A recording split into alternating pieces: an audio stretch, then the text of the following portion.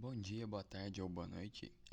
Então, eu tô aqui para poder gravar na verdade não é uma aula, na verdade é mais uma correção de lista, né, de teoria da computação para estar auxiliando vocês na prova e eu vou aproveitar essa correção para poder fazer alguma revisão de alguns conteúdos, certo? Então, na lista padrão da disciplina, a gente tem aqui na primeira questão uma questão de intratabilidade.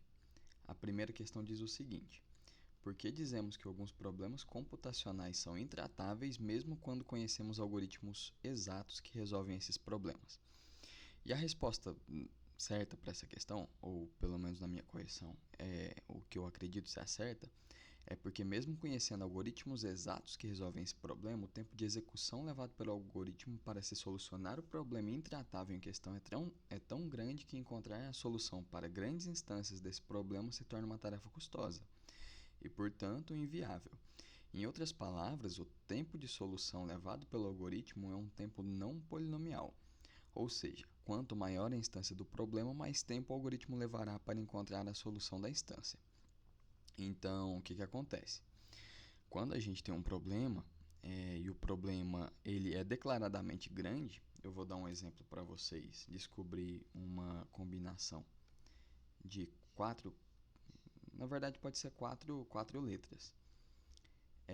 Isso aqui se torna um problema relativamente grande, porque se a gente supor que em cada uma dessas letras a gente tem 26 possíveis possibilidades, a nossa combinação aqui, se a gente for testar tudo por força bruta, e o programa para isso é conhecido, porque é só a gente rodar um for em cada uma dessas, é no mínimo 26 elevado a 4. Então, por exemplo, se eu testar as 26, dentre as 26 eu descobrir que essa aqui está certa, e aí sim eu for para essa testar mais 26, eu vou levar no mínimo 26 elevado a 4.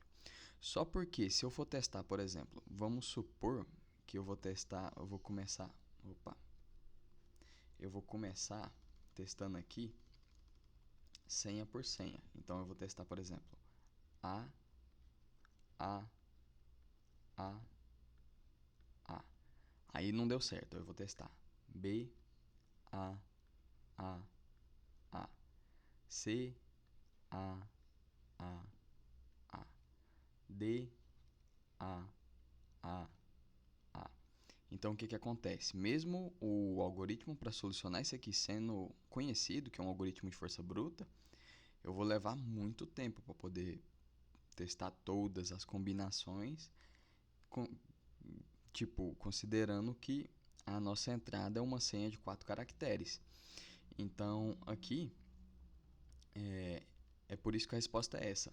Porque que mesmo o problema sendo conhecido, o algoritmo para solucionar ele sendo conhecido, a gente considera o problema como intratável. É porque o tempo que a gente leva para resolver o problema, mesmo conhecendo o algoritmo, é pelo menos tão grande que não vale a pena usar um algoritmo para poder resolver isso aqui. Outro exemplo, né, inclusive esse exemplo é dado no livro da capa preta, no caso são combinações de corte para chapa. Então, se a gente for testar por força bruta todas as combinações para descobrir a combinação ótima, a gente vai levar um tempo pelo menos tão grande que a gente vai ter morrido quando a gente chegar à solução. Então, mesmo o algoritmo sendo conhecido, a gente não considera o problema como tratável por conta do motivo do tempo para resolver ele. Aí depois a gente tem a questão 2. A questão 2 pergunta o seguinte: o que precisamos levar em conta na hora de calcular a função assintótica que descreve o comportamento de uma solução proposta para um problema? E aí o que a gente tem? Para calcular essa função assintótica, ou seja, para transformar o nosso algoritmo numa função matemática para a gente descobrir o tempo que ele vai levar para poder chegar à solução final dele, a gente deve considerar o algoritmo que resolve o problema, certo? E o tamanho da entrada. Porque por mais que o algoritmo que resolva o problema seja muito importante, o tamanho da entrada vai modificar quantas vezes ele vai rodar. Então, o cálculo vai analisar o comportamento do algoritmo para cada tamanho de entrada de cada instância. E aí a gente consegue determinar quanto tempo a gente vai levar para poder chegar à solução da instância do problema. Que no caso o problema nosso pode estar no esquema de codificação apropriado ou não. E só para lembrar vocês, um esquema de codificação apropriado é quando você pega um algoritmo, ou melhor, um problema, e você escreve ele da forma mais otimizada. Você escreve o problema da forma mais otimizada para solucionar ele. Certo? É isso que é o esquema de codificação apropriado, mais otimizada. Exemplo disso, né, dado na disciplina, é a questão do problema que quando a gente descreve com palavras, a gente demora um pouquinho mais do que descrever ele no caso, no esquema de números unário. Então, se a gente escrever o problema em unário, a gente vai ter um ganho computacional para resolver ele. Tem esse problema na disciplina. Então, tá.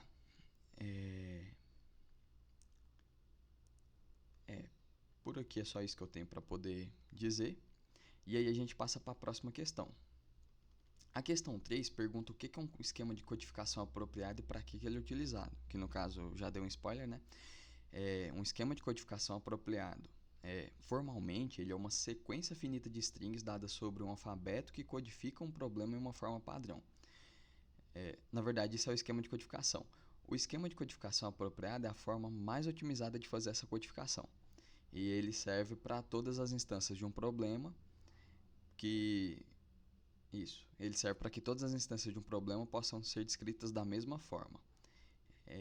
Para que sejam reconhecidas e resolvidas ou não pelo mesmo algoritmo, sem que haja grandes adaptação no algoritmo em si. Então, o que acontece? Eu vou pegar um problema simples. A gente tem um vetor, e no nosso vetor, a gente vai colocar a fruta, certo? Então, a gente vai ter uma maçã. A gente vai ter uma maçã, uma banana no vetor. Poderia ser número, certo? Uma banana feia. Uma laranja. E a gente vai ter uma bola de basquete no nosso vetor de frutas. O que a gente quer? A gente quer um algoritmo que, no caso, ele encontre no nosso vetor o que não é uma fruta. Então, no caso, a gente vai dar como entrada no nosso algoritmo, colocando ele no esquema de codificação. Input vetor V, vetor V. Ele é um vetor de frutas, né? E aí o problema é o seguinte: ele vai ser, no caso, um problema de decisão. E aí, para poder ser um problema de decisão, a gente vai perguntar se há algo no vetor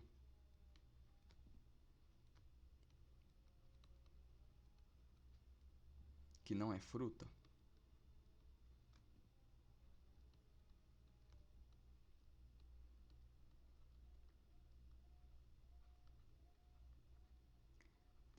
Beleza, codificamos, né? Colocamos o nosso problema no esquema de codificação. E aí o que a gente faz? Tem alguma coisa nesse vetor que não é fruta? Tem essa bola de basquete aqui. Então, como é que a gente solucionaria o problema? A gente solucionaria o problema escrevendo um algoritmo, né? E o algoritmo seria for item in v if item ponto not fruit.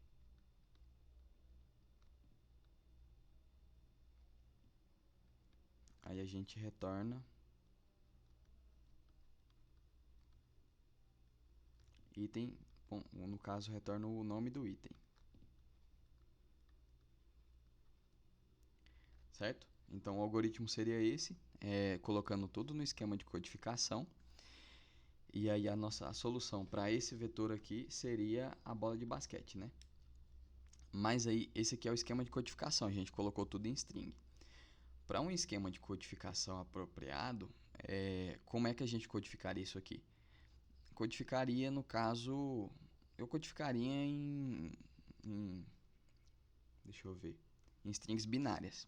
E aí eu acredito, né, e aí a gente entra no achismo do monitor, que seria bem mais fácil resolver isso aqui, porque se a gente transforma toda fruta em 1 e a bola de basquete em 0, a gente poderia nem ter isso aqui como vetor, poderia transformar numa string e aí a gente pegaria só a posição do 0. É um exemplo. Então, tá ok. Esquema de codificação apropriado é isso. Ele é uma sequência finita de strings ótima dada sobre um alfabeto. E aí toda a entrada que a gente tiver no problema vai ser tratada da mesma forma, de forma padronizada. Certo? Aí a gente passa para a próxima questão. Eita. Vamos passar para a próxima questão, que é a questão 4. E aí a questão 4 pergunta o seguinte: por que costumamos dizer que algoritmos que executam em tempo polinomial são eficientes enquanto algoritmos que executam em tempo exponencial são ruins? E aí a resposta é a seguinte: porque os algoritmos de tempo polinomial executam um tempo cujo crescimento é pequeno em relação ao tamanho da instância do problema em que ele resolve. Já os algoritmos de tempo exponencial apresentam um crescimento enorme em relação ao tamanho da instância do problema que ele resolve. Ou seja, em instâncias de tamanhos que tendem ao infinito, os algoritmos polinomiais resolvem as instâncias em um tempo pequeno, por isso são chamados de eficientes. Já os exponenciais levam séculos para resolver certas instâncias muito grandes, por isso são chamados de ineficientes ou não viáveis. E aqui a gente entra naquele negócio. Quando o algoritmo ele é polinomial, e a gente desenha o gráfico do algoritmo, o que acontece? A função de resolução de problemas dele vai ser polinomial. No entanto, quando ele é exponencial, a função de resolução dele é exponencial, ou seja, a partir de algum ponto n na linha x, a partir de algum tamanho de entrada, o algoritmo que é exponencial, ele vai passar a demorar mais para... Deixa eu escrever que isso aqui é o tempo. Ele vai passar a demorar mais para resolver o problema nesse ponto n do que o algoritmo polinomial. E a partir disso, o algoritmo polinomial vai resolver o problema em um tempo sempre conhecido, ou seja, esperado, enquanto o algoritmo exponencial vai explodir. Então ele vai levar, pode ser que ele leve centenas de séculos, dependendo do tamanho da instância. E aí a gente volta naquela parte que é por isso que considera o algoritmo, porque se ele é um algoritmo polinomial ou não polinomial, e no caso o tamanho da entrada, porque a partir de até certa entrada n, o exponencial resolve mais rápido que o polinomial. No entanto, a partir desse n, o polinomial passa a ganhar. É por isso que aqueles dois são considerados. E aí a gente passa para a próxima questão. A próxima questão pede para a gente explicar o princípio da redução polinomial proposto por Stephen Cook em 1971. E aí essa questão aqui é muito legal. A resposta dela é a seguinte: o princípio da redução polinomial diz que todos os problemas P pertencentes a NP são redutíveis a qualquer problema K pertencente a NP completo, certo? Então, se você tem um problema que está em NP, eu chamei ele de problema P, mas vamos chamar ele de problema X, para poder ficar mais fácil. Você tem um problema X pertencente a NP. Aqui diz que todos os problemas X, que são não polinomiais, são redutíveis a qualquer problema K que são não polinomiais completos, ou seja, todo NP é redutível a um problema NP completo. Caso alguma solução para qualquer um desses K que são NP completos seja encontrada, todos os problemas X também possuirão solução. Então, no caso, vou desenhar. Você tem aqui os problemas NP e os problemas NP-hard.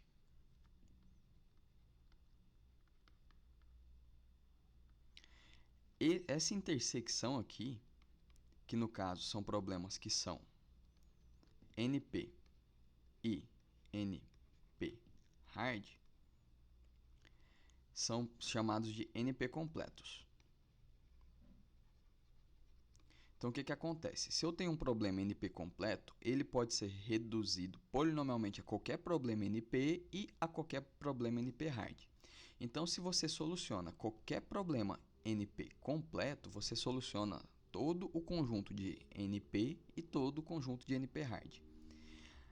Aí, o que ele fez? O Cook mostrou a prova de que o problema SAT pertence a NP completo. E aí ele demonstrou por uma prova enorme que qualquer problema K genérico poderia ser reduzido a SAT. Ou seja, você pode pegar qualquer problema, que seja NP ou NP hard, e reduzir ele a SAT. Sendo assim, qualquer problema K é redutível polinomialmente a SAT. Logo, uma solução para SAT que fosse feita em tempo polinomial seria uma solução para todo o problema NP, o que ia tornar o conjunto P igual a NP. Mas se for provado que não existe solução para SAT em tempo polinomial e que essa solução é impossível, fica provado que P é diferente de NP. Além disso, pelo fato da redução polinomial ser transitiva, todos os problemas K seriam redutíveis uns aos outros pela conversão do input de um problema para o outro problema a fim de que ambos sejam solucionados pelo mesmo algoritmo, mantendo a simetria entre os conjuntos yes e no em ambos os problemas. E aqui a gente entra num conteúdo interessante. É o seguinte, se a gente solucionar qualquer problema NP em tempo polinomial, a gente vai provar que P é igual a NP, porque todos os problemas NP completos são redutíveis polinomialmente uns aos outros. Então, tudo que está aqui é praticamente igual, tudo que está aqui é praticamente igual a tudo que está aqui, e tudo que está aqui é praticamente igual a tudo que está aqui.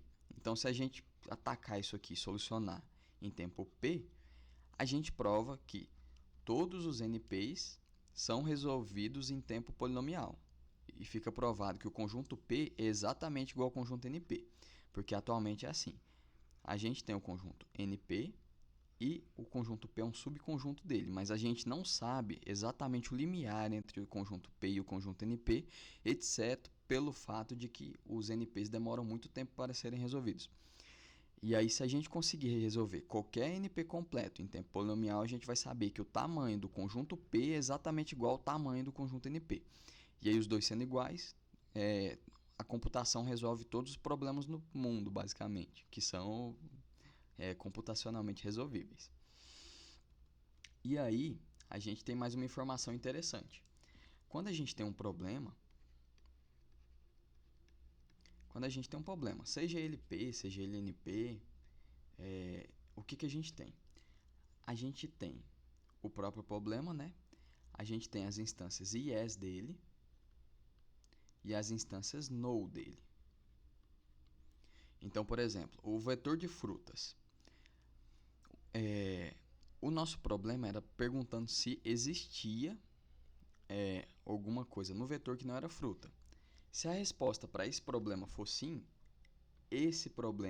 o vetor de frutas específico está em yes. Se a resposta for no, então esse vetor, que a resposta aqui é que não tem nada que não seja fruta no vetor, vai para a instância no, certo?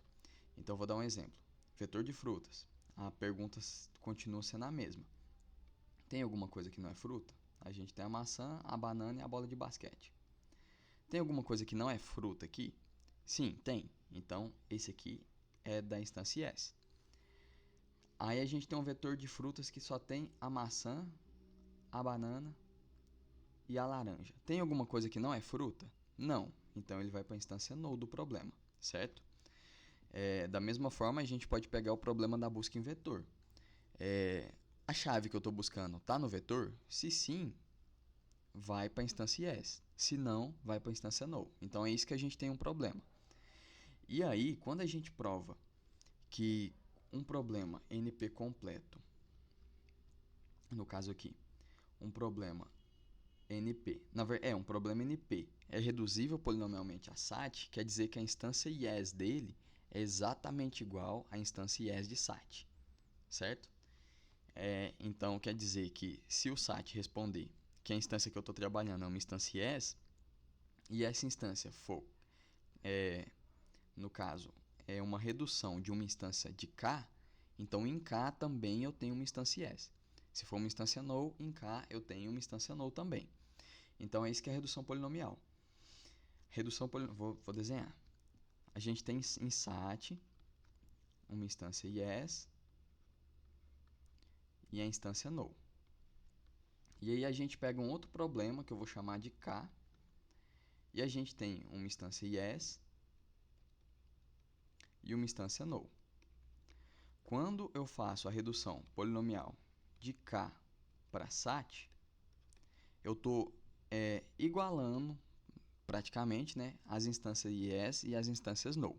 Então, se eu descubro que eu estou trabalhando em uma instância yes de K e eu tenho a codificação apropriada dessa instância yes para SAT, eu tenho uma instância yes de SAT. Se eu reduzir polinomialmente K para SAT e estou trabalhando em K ou SAT alguma instância no, o outro também eu vou estar trabalhando numa instância no, fazendo a redução polinomial. Lembrando que redução polinomial é você transformar um problema em outro, ou seja, igualar as instâncias yes e no dos dois em tempo polinomial, certo? Então, se você fizer uma redução polinomial em tempo não polinomial, aí acabou o jogo, já não é uma redução polinomial. O próprio nome já está dizendo. Na próxima questão, manda a gente ler o escrito resolver ou verificar, uma pergunta que vale $1 milhão, da Celina Figueiredo. E aí a gente responde, resolver um problema é tão difícil quanto verificar? Por quê? E aí, lendo o escrito, e vocês têm que ler, né, para poder responder, a gente descobre que intuitivamente verificar se a solução do problema está correta deve ser mais fácil que resolvê-lo. A comparação é feita usando um quebra-cabeça de 1 milhão de peças, certo? Verificar se ele está certo é rapidão, mas montar ele vai levar um tempo bem maior que verificar. E aí a professora Figueiredo afirma que nem sempre a intuição é um bom guia para a verdade.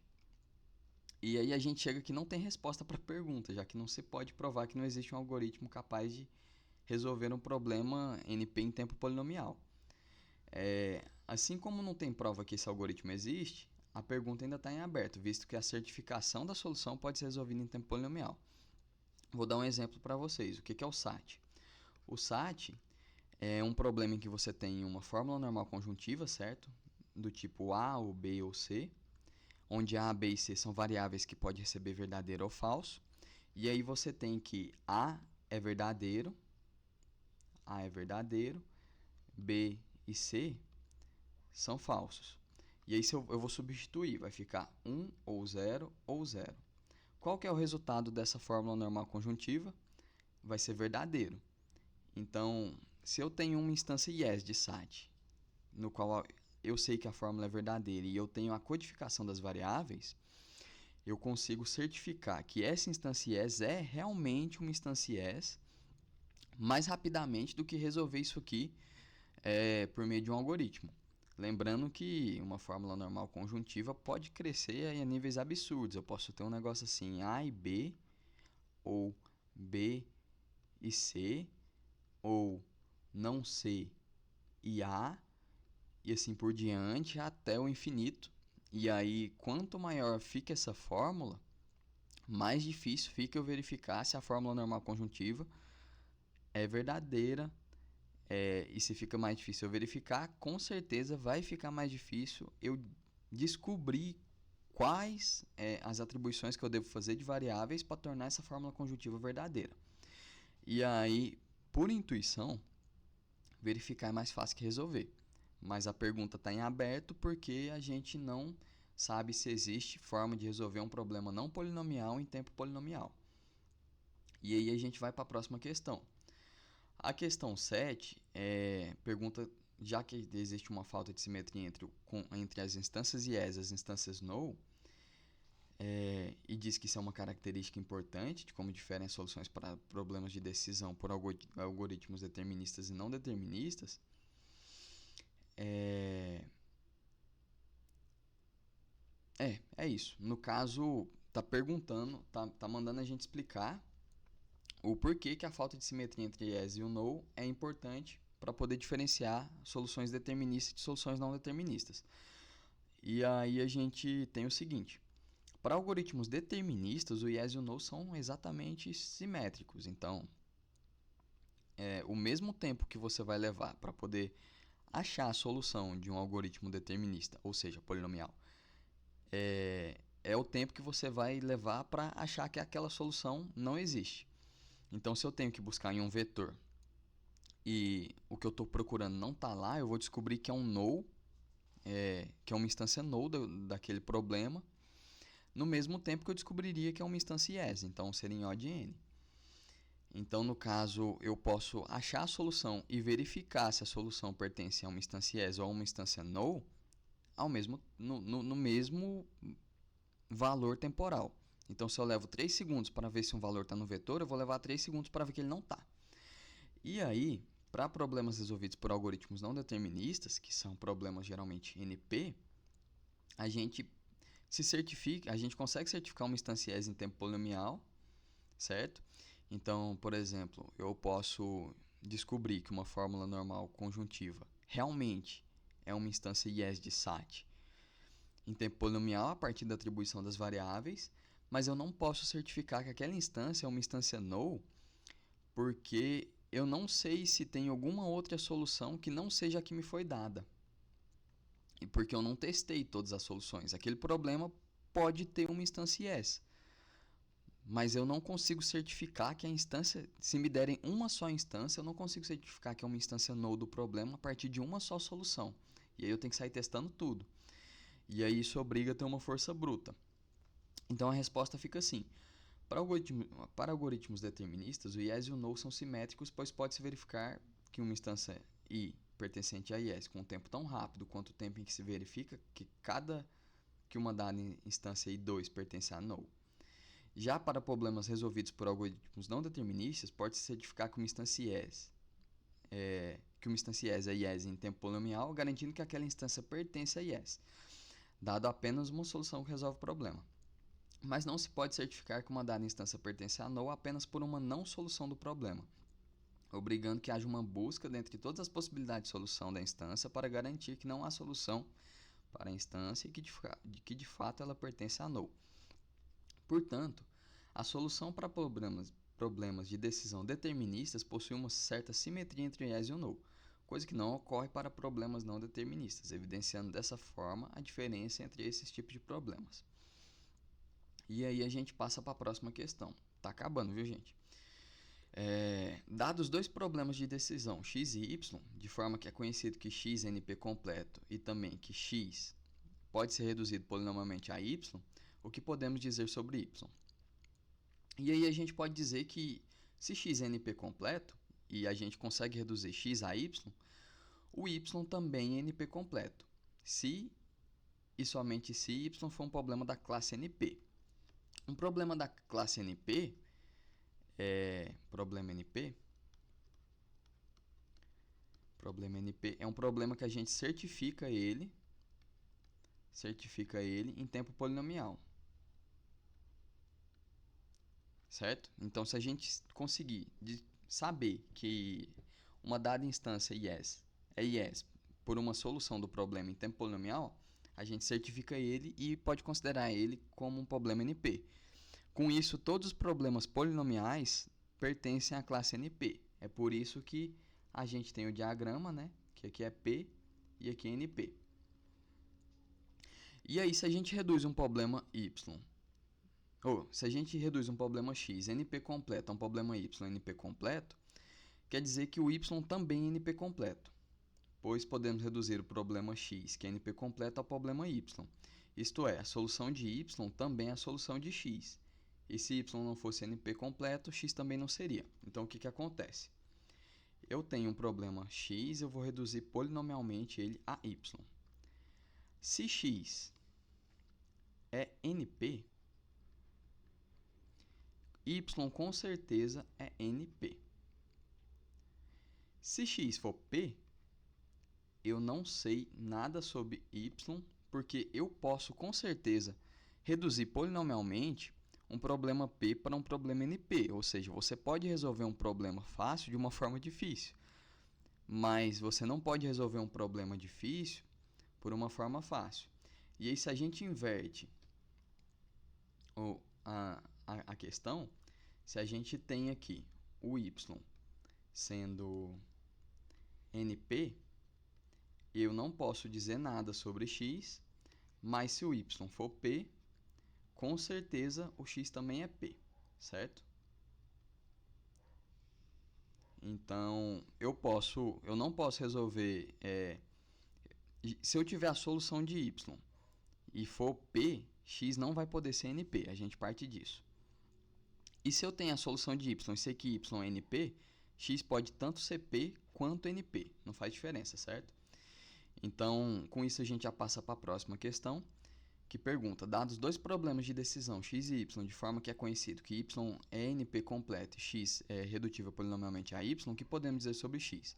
E aí a gente não pode dizer nada, porque se o y é np completo, não quer dizer que o x é np completo, o x pode ser p, já que o problema y pode ser usado para solucionar x, mas y pode ser muito mais difícil do que x. É a mesma coisa de você usar uma bazuca para matar uma barata. Você está solucionando um problema polinomial de uma forma não polinomial. Então é mais ou menos isso. Então, o diagrama é esse que eu mostrei, certo? Eu vou desenhar aqui, que esse aqui é a ida, certo? Então, se x for np, y com certeza é np. Se x for p, eu não sei nada sobre y. Se y é np, eu não sei nada sobre x, mas se y for p, x com certeza é p, certo? Considerando que x é redutível polinomialmente a y. E aí a gente passa para a questão 10. A questão 10 pergunta quais passos devem ser tomados para provar que um problema é NP completo. Para provar que um problema é NP completo, a gente só tem dois passos, certo? A gente prova que o problema pertence à classe NP, ou seja, a gente certifica ele em tempo polinomial, certifica I e S em tempo polinomial, e aí a gente pega um problema B da classe NP completo e reduz ele ao problema em questão. Então a gente pega, eu quero provar que o problema A é NP completo, eu provo que o A pertence à classe NP e aí eu faço uma redução polinomial de B para A. E aí, seguindo esse espaço, a gente prova que A é um problema NP completo.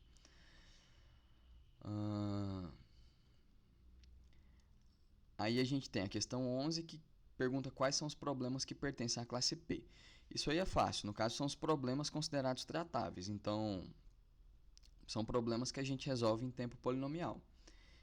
Significa que independentemente do tamanho da instância do problema pertencente à classe P, a solução do problema vai ser alcançada com um número finito de passos, e no caso em um tempo aceitável. Portanto, problemas P são solucionados em tempo viável, polinomial.